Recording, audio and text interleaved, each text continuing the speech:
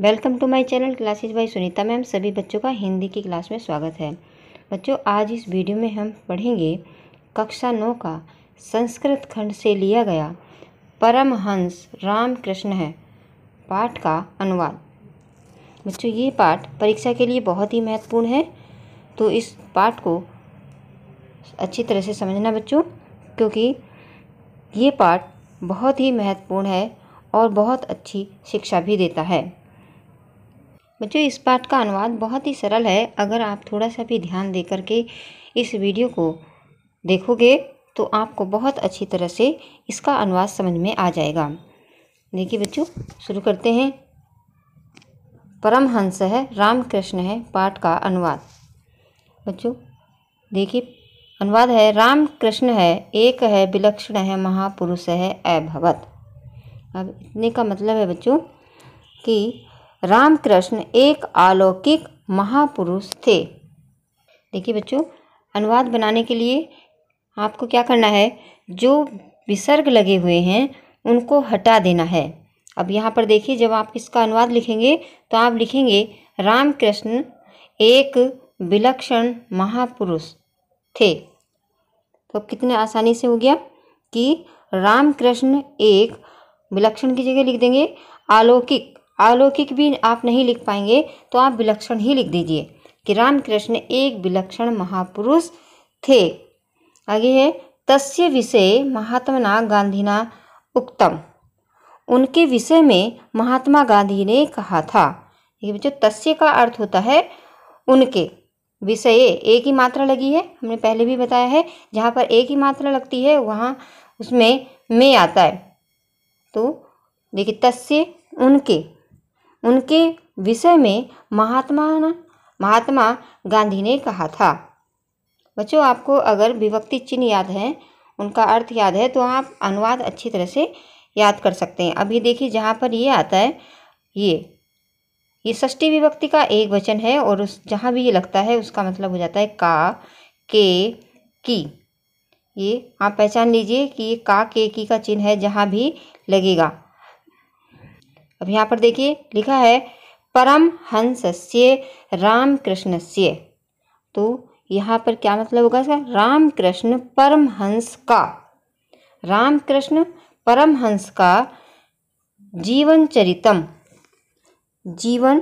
चरित्र धर्म आचरणस्य। यहाँ पर भी देखिए से लगा हुआ है, इसका हो जाएगा मतलब आचरण का, यानी परमहंस रामकृष्ण का जीवन चरित्र धर्म आचरण का प्रायोगिक विवरणम विद्यते, यानी आचरण का व्यावहारिक विवरण है।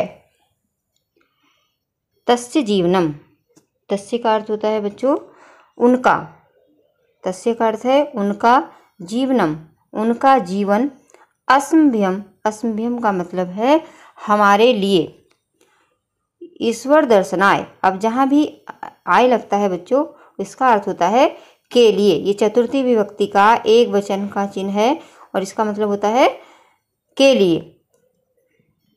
यहाँ पर देखिए, तो इसका मतलब होगा दर्शन, ईश्वर दर्शनाय, यानी ईश्वर दर्शन के लिए, शक्तिम प्रदाति, ईश्वर दर्शन के लिए या ईश्वर दर्शन की शक्ति प्रदान करता है। फिर आ गया तस्य का अर्थ होता है उनके, वचनानि वचन, न केवल, इसको ऐसे ही लिख देना है, न केवल, कस्यचित का अर्थ होगा कि निरसानि ज्ञान वचनानि अपितु तस्य जीवन ग्रंथस्य पृष्ठावि एव। उनका जो जीवन है हमारे लिए ईश्वर दर्शन की शक्ति प्रदान करता है, और उनके वचन, उनके तस्य वचनानि, उनके वचन, न केवल, कस्यचित किसी, नीरस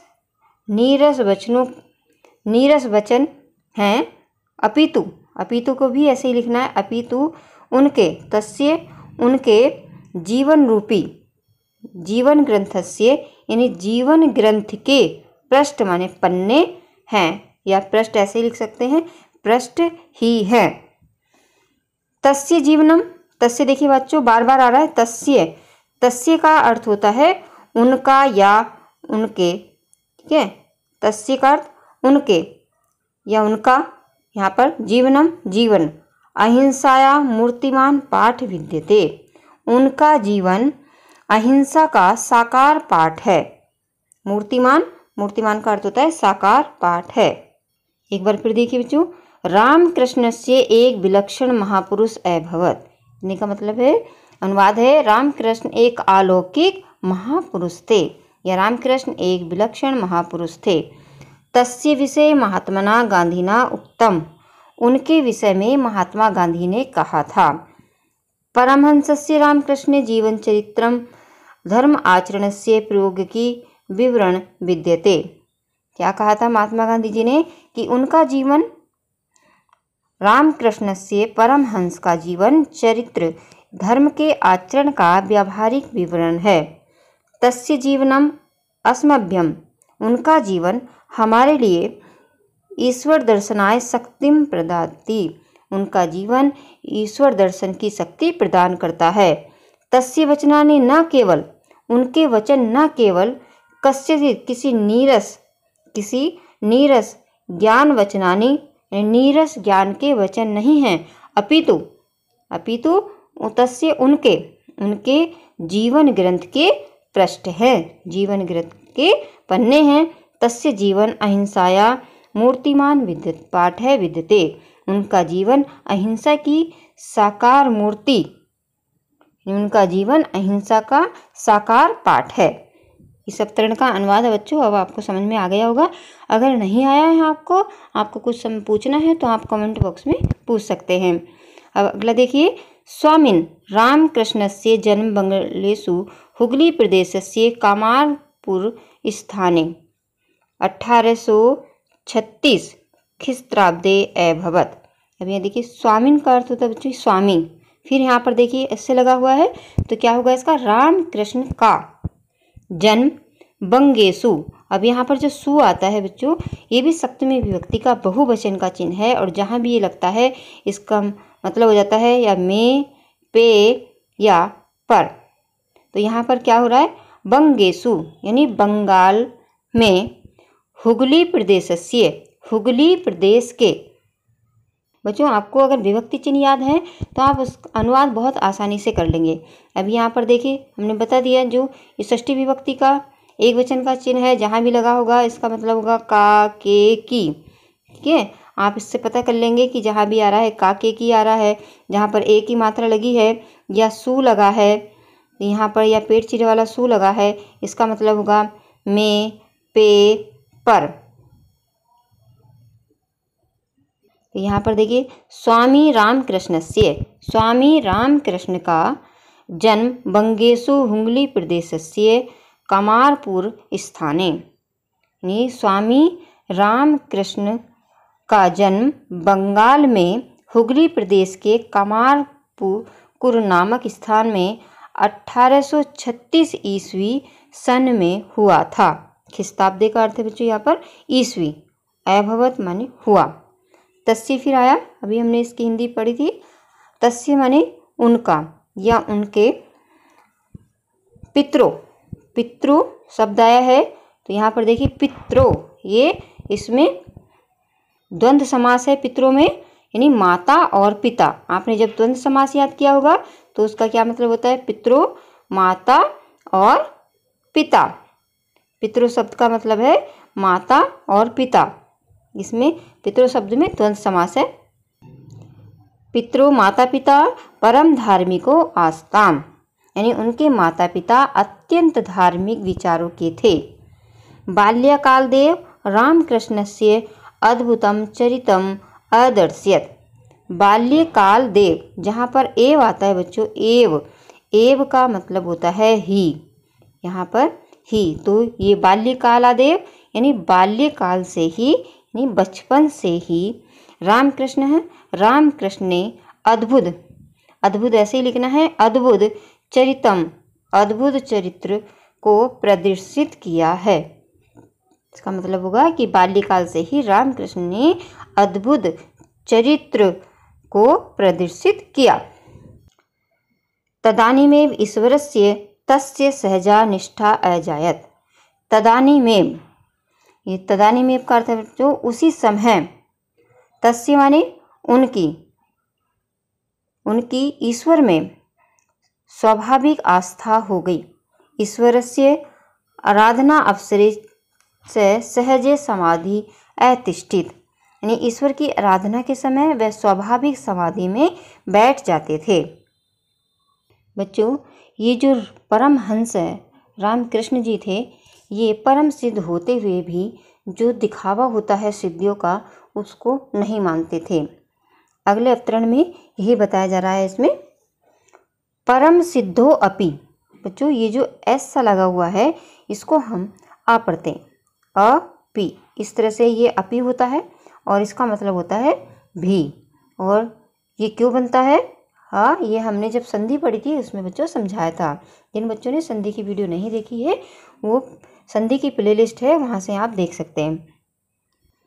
तो इसका मतलब क्या होगा बच्चों, अनुवाद क्या होगा? परम सिद्धो अपि, परम सिद्धि होते हुए भी, सह माने वह, सिद्धिना प्रदर्शन नोचितम अमन्यत, वो परम सिद्ध होते हुए भी सिद्धियों के प्रदर्शन को उचित नहीं मानते थे। एकदा करते एक दिन या एक बार, केनचित भक्तेन, किसी भक्त ने, कस्यचित किसी की महिमा एवं वर्णित, महिमा का वर्णन इस प्रकार किया, असो महात्मा पादुकाभ्याम नदी तैरती, यानी एक बार किसी भक्त ने किसी दूसरे की महिमा का इस प्रकार वर्णन किया कि बच्चों, जो एक भक्त था वो परमहंस श्री कृष्ण के पास आए और उन्होंने किसी दूसरे जो साधु होते हैं, जो कोई भी होंगे सिद्ध पुरुष, उनके बारे में कहा कि उनकी महिमा का इस प्रकार से वर्णन कहा कि एक महात्मा है, वह महात्मा खड़ाओं से नदी पार कर जाता है। असो महात्मा पादुकाभ्याम नदी तैरती, उन्होंने कहा कि एक महात्मा है जो खड़ाऊ पहनते हैं और नदी पर चल करके नदी को पार कर देते हैं। इति महतो विस्मस्य विषय, ये तो बड़े आश्चर्य की बात है। परमहंस रामकृष्ण मंदम अहसत, परमहंस रामकृष्ण मंदम माने धीरे से हंसे, और चय का अर्थ होता है बच्चों और, अवदत और कहा, जहाँ भी चय आएगा उसका अर्थ होगा और, यानी परमहंस रामकृष्ण धीरे से हंसे और कहा, अस्य सिद्धि मूल्ये पणद्वये मात्रम पणद्वयेन नौकाया सामान्य जन नदी तैरती, उन्होंने कहा इस सिद्धि का, अस्य सिद्धि, इस सिद्धि का मूल्य पणद्वये मात्रम, केवल 2 पैसे है। 2 पैसे से साधारण व्यक्ति नाव द्वारा नदी पार कर लेता है। अनया सिद्धया केवल पणद्वयस्य लाभो भवति, उन्होंने कहा कि इस सिद्धि से केवल 2 पैसे का लाभ होता है। किम प्रयोजनम एतादृशा सिद्धि प्रदर्शनेन, तो इस प्रकार की सिद्धि के प्रदर्शन से क्या लाभ है? बच्चों, इसका भाव भी समझ लो। एक किसी ने आकर के कहा कि एक महात्मा है जो केवल खड़ायूँ कहते हैं बच्चों, जो लकड़ी की चप्पल होती है, लकड़ी की चप्पल जो बनती है तो उसको खड़ायूँ बोलते हैं। उन्होंने कहा कि एक महात्मा है, परमहंस के सामने आकर के कहा कि एक महात्मा है जो खड़ाऊ पैर करके नदी पार कर लेते हैं। कितने आश्चर्य की बात है, मतलब उन महात्मा को नदी पार करने के लिए नाव में नहीं बैठना होता, वो केवल चप्पल पैर कर ही नाव, वो जो नदी है उसको पार कर लेते हैं। तब परमहंस ने कहा, हंसे, पहले तो हंसे परमहंस जी, और उन्होंने कहा कि इसमें क्या आश्चर्य की बात है, एक सामान्य जन जो है 2 रुपये में नाव में बैठता है और इस नदी को पार कर लेता है। तो जो ये इस महात्मा ने जो सिद्धि प्राप्त की है वो केवल इसका मूल्य इतना ही है, 2 रुपये मात्र, यानी इस जो ये सिद्धि उन्होंने प्राप्त की है उससे केवल हमारे 2 रुपये बचते हैं, क्योंकि एक सामान्य जन 2 रुपये देगा, नाव में बैठेगा और नदी पार कर लेगा। तो इसमें कोई खास बात नहीं है कि इतने महात्मा ने इतनी बड़ी सिद्धि प्राप्त की, और सिद्धि केवल कितना लाभ देती है, 2 रुपये का, यानी वो केवल 2 रुपये ही इससे लाभ मिलते हैं, क्योंकि कोई सामान्य व्यक्ति 2 रुपये देगा, नाव में बैठेगा और नदी पार कर लेगा। तो इसमें कोई आश्चर्य की बात नहीं है। रामकृष्णस्य विषये एवविधा बहव कथाना प्रसिद्धा सन्ति, यानी रामकृष्ण के विषय में एव विधां बहव कथानकः प्रसिद्धा असन्ति। रामकृष्ण के विषय में इस प्रकार की बहुत सी कथाएं प्रसिद्ध हैं। सह आजीवनम, वह आजीवन आत्मचिंतने निरतः आसीत, वह जीवन भर आत्मचिंतन में लीन रहे। और अस्मिन् विषये तस्य अनुभवे अनेका अनुभवा लोके प्रसिद्धा, इस विषय में उनके अनेक अनुभव संसार में प्रसिद्ध हैं। तस्य एव वचनेषु तस्य अध्यात्म अनुभवा वर्तते, उन्हीं के ही, अभी एव आया ना बच्चों, अभी कहा था एव का अर्थ होता है ही, तस्य एव यानी उन्हीं के शब्दों में, वचनेषु या वचनों में आध्यात्मिक अनुभव इस प्रकार वर्णित हैं। बच्चों अभी हम जानेंगे कि जो रामकृष्ण परमहंस के उनके आध्यात्मिक जो अनुभव हैं वो क्या थे। वो कहते थे, जले निर्मिजिता प्राणा यथा निष्कृतो आकुला भवन्ति तथैव ये चेतम ईश्वर दर्शनाय अपि समुत्सुका भवन्ति जना तदा तस्य दर्शनम भवतिम अहति।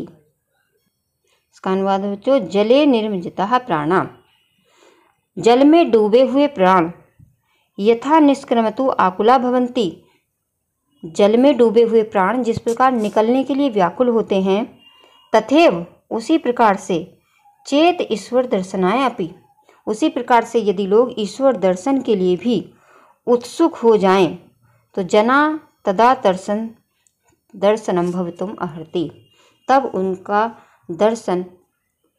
उनको ईश्वर का दर्शन हो सकता है।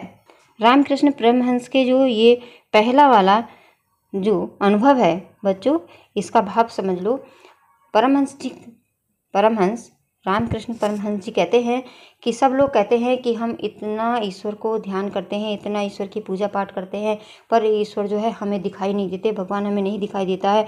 तो क्यों नहीं दिखाई देता? तो इसका उत्तर वो इसी में देते हैं कि जिस तरह से कोई व्यक्ति डूब रहा होता है, और जब वो डूब रहा होता है पानी में, तो जिस तरह से वो व्याकुल होता है कि कोई मुझे बचा लो, कोई मुझे बचा लो, उस पानी में से किस तरह से निकाल लो, और वो पूरा प्रयत्न करता है उस पानी में से निकलने के लिए, तो उसी तरह से उतनी ही व्याकुलता जितना पानी में से निकलने के लिए वो व्यक्ति करता है, उतनी ही व्याकुलता, उतनी ही बेचैनी अगर कोई व्यक्ति ईश्वर को पाने के लिए करता है तो जो है उस व्यक्ति को ईश्वर प्राप्त हो जाते हैं। लेकिन सामान्य जन भले ही वो पूजा पाठ करता है, दिन रात पूजा पाठ करता है, दिन रात ईश्वर की ध्यान करता है, लेकिन वो इतना व्याकुल नहीं होता जब कोई व्यक्ति डूब रहा होता है।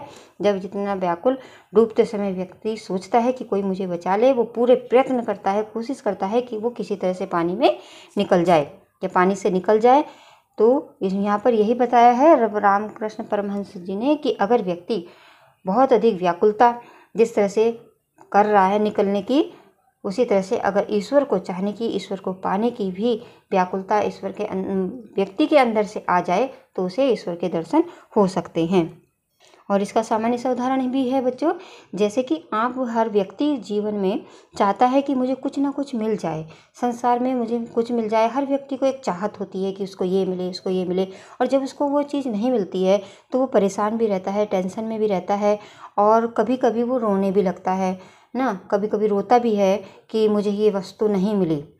तो ऐसे ही ईश्वर है, ईश्वर को सब प्यार करते हैं, सब चाहते हैं, लेकिन कभी उसके लिए रोए नहीं। कभी कोई रोया है कि आज हमें जो है अपनी उम्र के हम 20 साल हो गए, 30 साल हो गए, 50 साल हो गए, 60 साल हो गए, इतने साल हम ईश्वर से बिछड़ गए, इस संसार में रहते रहते इतने साल हो गए हमें, और कभी हमें दर्शन नहीं हो रहे हैं। क्यों नहीं हो रहे हैं? कभी किसी ने बैठ करके ये चिंता नहीं की कि ईश्वर हमें क्यों नहीं दिख रहे हैं, ईश्वर हमें क्यों नहीं मिल रहे हैं। दिन रात हम पूजा पाठ कर रहे हैं तो हमें क्यों नहीं मिल रहे हैं। कभी हम अपने कामों में, हर इंसान इतना व्यस्त होता है कि वो इतना सब सोचने की उसे फुर्सत ही नहीं है कि वो ईश्वर के बारे में ये सोचे कि ईश्वर हमें क्यों नहीं मिल रहे हैं। और जब नहीं मिलते हैं ईश्वर से तो वो कभी रोते भी नहीं हैं। और जो व्यक्ति असलियत में ईश्वर से प्रेम करते हैं, जब उन्हें नहीं मिल रहे हैं और उनके आँख से आंसू अगर कभी गिर गए कि मुझे क्यों नहीं मिले, मुझे इतने दिन ईश्वर से अलग रहना पड़ा है, मैं उसके पास से ही संसार में आया हूँ, तो अब अवश्य ही उसी इंसान को ईश्वर दर्शन देंगे। पर ऐसी व्याकुलता इंसान में नहीं दिखाई देती है। सामान्य जन तो ईश्वर की जो पूजा पाठ आराधना जो भी करता है वो सब जो है उससे मांगने के लिए करता है, जो भी उसका मेन कारण होता है ईश्वर को पूजा पाठ करने का, अपना स्वार्थ के कारण वो ईश्वर की पूजा करता है। जब भी उसे कुछ मांगना होता है, जब वो भी उसके आगे हाथ जोड़ता है, जब भी वो उसकी प्रार्थना करता है, तो जिस दिन व्यक्ति निस्वार्थ भाव से उस ईश्वर को चाहने लगेगा, उसी समय उसे ईश्वर दर्शन भी देंगे। और यही बात जो बताया है रामकृष्ण परमहंस ने, ये इसीलिए यही कहा है कि जिस तरह से जब कोई जल में डूब रहा होता है, जिस तरह से व्याकुल बेचैन होता है निकलने के लिए, अगर इतनी ही व्याकुलता उसे ईश्वर को पाने के लिए हो जाए तो उसे ईश्वर अवश्य ही दर्शन देंगे। दूसरा उनका अनुभव है, किमपि साधनम साधुतुम मत्कृते दिनत्रादिकम कालनेव अपेक्षते। यानी किसी भी साधना को पूरा करने के लिए मुझे 3 दिन से अधिक का समय नहीं चाहिए। किमपि साधनम साधुतम मत्कृते, किसी भी साधन को पूरा करने के लिए मुझे दिनत्रयाधिक 3 दिन से अधिक का समय नहीं चाहिए। अगला उनका अनुभव है, नाहम वांछामि भौतिक सुख प्रदाम विद्याम। परमहंस जी कहते हैं, परमहंस रामकृष्ण जी कहते हैं कि मैं भौतिक सांसारिक सुखों को प्रदान करने वाली विद्या नहीं चाहता। अहम तो ताम विद्या वाक्षामि, मैं तो उस विद्या को चाहता हूँ जो हृदय ज्ञानस्य युदो भवति, यानी जिससे हृदय में ज्ञान का उदय होता है। अब यहाँ पर इनका जो वचन है ये भी कितनी अच्छी शिक्षा देता है। जो परमहंस जी हैं रामकृष्ण जी, वो ये कहते हैं कि हर व्यक्ति को जो विद्या, जो पढ़ाई का जो मेन मकसद होता है वो क्या होता है कि वो पढ़ लिख करके नौकरी प्राप्त करे, उसके पास बहुत अधिक धन संपत्ति हो, उसके पास कोई बड़ा पद हो। इसी जो है मकसद को लेकर के बच्चे जो है अपनी पढ़ाई करते हैं। लेकिन वो कहते हैं कि इसके साथ साथ मैं जो हूँ, जो उनके विचार हैं वो ये कहते हैं कि मैं भौतिक सांसारिक सुखों को प्रदान करने वाली विद्या को नहीं चाहता। यानी उनका जो अपना विचार है वो कहते हैं कि मैं ऐसी विद्या को नहीं चाहता जो मुझे भौतिक सांसारिक सुख सुविधा दे। यानी मेरे पास मैं ऐसी विद्या नहीं चाहता जो मुझे बहुत अधिक जो है जीवन में धन संपत्ति दे। मैं तो उस विद्या को चाहता हूँ जिससे हृदय में ज्ञान का उदय है।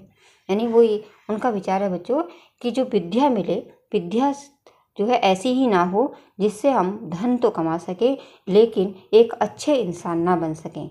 उनके विचार में उनका कहना है कि ऐसी विद्या को वो पसंद करते हैं, चाहते हैं जिससे कि पढ़ लिख कर बच्चे जो है ज्ञानी बने, अच्छे इंसान बने, संस्कारी बने और सदाचारी बने।